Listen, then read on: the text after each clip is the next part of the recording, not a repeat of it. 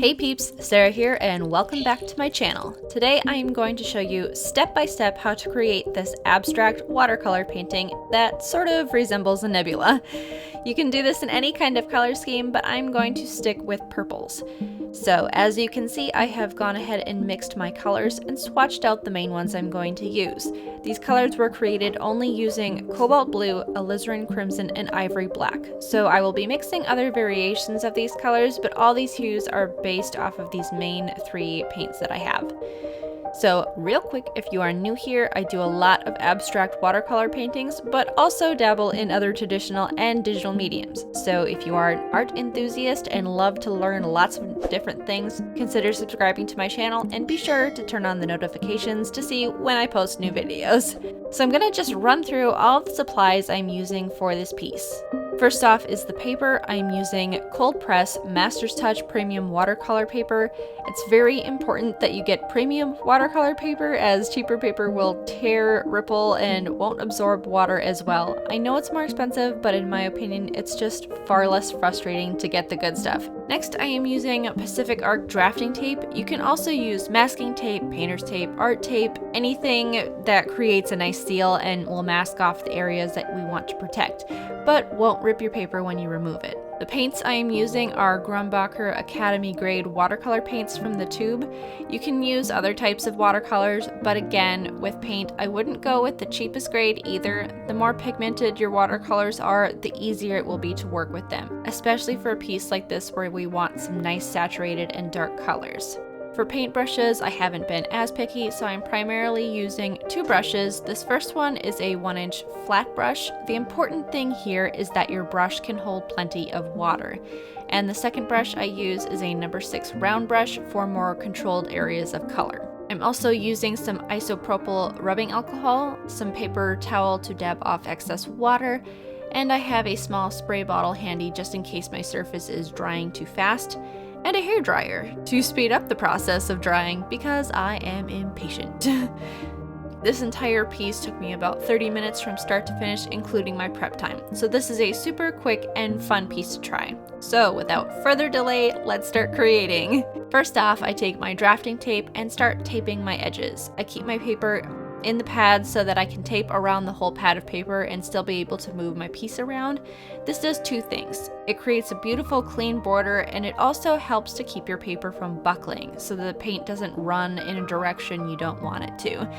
Make sure that you seal the edges really well so water doesn't seep underneath, and this is especially important in the spots where you overlap your tape. You don't want water to run underneath that seam. So I take my nail and crease it really well to keep it from seeping through. Now let's prep our surface. I take my large flat brush and start applying water liberally to the surface. I want a nice even coating of water, so I keep going over my surface, distributing excess water with the brush, but I give it a minute before I decide if I need to remove excess water. This is where you will see the difference in your quality of paper. If I do see excess water, I will dab all the water out of my brush and run it over the areas that are too wet and just let my brush soak it up. Now, when you are holding up your paper, you should see a nice even sheen of water, but nothing should be running. Now I'm going to start applying my paint. I'm going in with my more pinkish hues and making sure I have a nice smooth gradation from the center, working light to dark. Because the surface is so wet, you'll see the paint kind of bloom and spread out slowly, and it creates a nice soft edge. At any point, if your paper doesn't seem to be wet enough, use a spray bottle and just lightly mist your surface. We don't want your paint to run, but we don't want our surface to get too dry.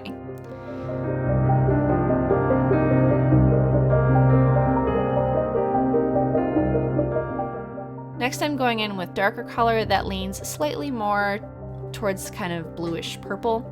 I'm going to overlap each color quite a bit to make sure that I get a nice transition of colors. This first layer of paint is going to be pretty light, but we are going to layer some more textured, darker colors on top of it. But this is just going to be more of our base. I'm continuing to work dark areas towards the edges and especially in the corners, and this is going to look super neat once we remove that tape. Now I'm going in with my smaller round brush and I'm going to just start dotting in colors. Don't worry if it doesn't look quite right at first. As long as your surface is still nice and wet, those colors will continue to bloom and blend together. I'm working my composition to be more symmetrical, but with my line of interest running diagonally through my piece, and my line of interest is defined by that contrast of the lighter areas. Now I do put some touches of color in the center because I want more of a textured, organic edge, but I'm being careful not to be too much in the center. But I do want some color in the center so that we can let the rubbing alcohol do its work when we get there. Now that I have kind of a plan for my composition, I'm going to start going into the corners with black and work from the outside inward and slowly letting my darker colors fade to that center. During this stage, this is where I finally felt like my paper needed to be wet down a little bit, so I just gave it a few sprays of water.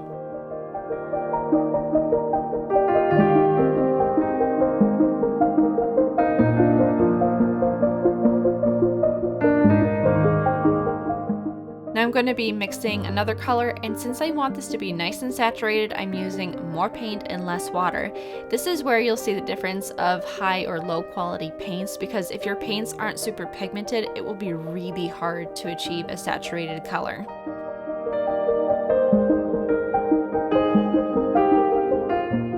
Now I'm going to just continue to work my composition as I dot more color around the edges and mix some of my more bluish purples with the pinkish purples, and putting some areas near the center to create interest. Again, if the spotting doesn't look quite right, don't worry about it. This is where we get a really neat blended effect. Once all my color is laid in, I'm going to spray the whole surface so that it just barely starts to run. You don't want rivers of water, but watch the pigment just slide a little bit and it all starts to blend and create these really neat areas of color. Don't try to control this too much. Sometimes you just have to let watercolor do its thing. Now I'm going to pull out my rubbing alcohol to create some highlighted textures in the center. I'm going to alternate between flicking it onto the paper and dotting it straight onto the paper. If your surface is really wet, flicking it onto the paper will give you more subtle effects. But honestly, the best thing to do is just experiment and see what you like. You may notice that the rubbing alcohol will cause some of your pigments to separate, and you'll see the layers underneath and create some harder edges as well, which is something that I actually really like because it gives us kind of a contrast of texture from the smooth blended background.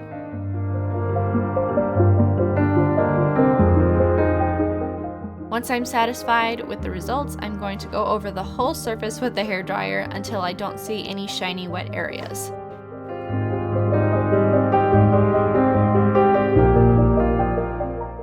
And for some final touches, I'm going to flick some paint from my saturated purples in a few areas just to give it a little bit more texture. Now, when flicking paint from your brush, I find it helpful to point the brush downwards towards my surface to keep the splatters a bit more contained.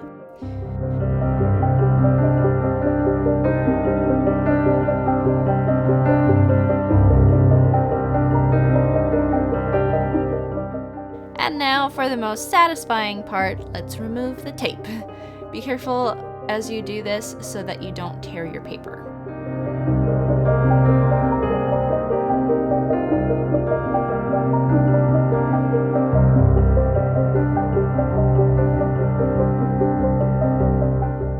There we go. I hope you enjoyed this, peeps. If you try this, tag me on Instagram at Sparrow Springs so I can see what you did. And if you like this video, help me out by giving it a thumbs up. And that's all for now. I will see you in the next video. Later, peeps.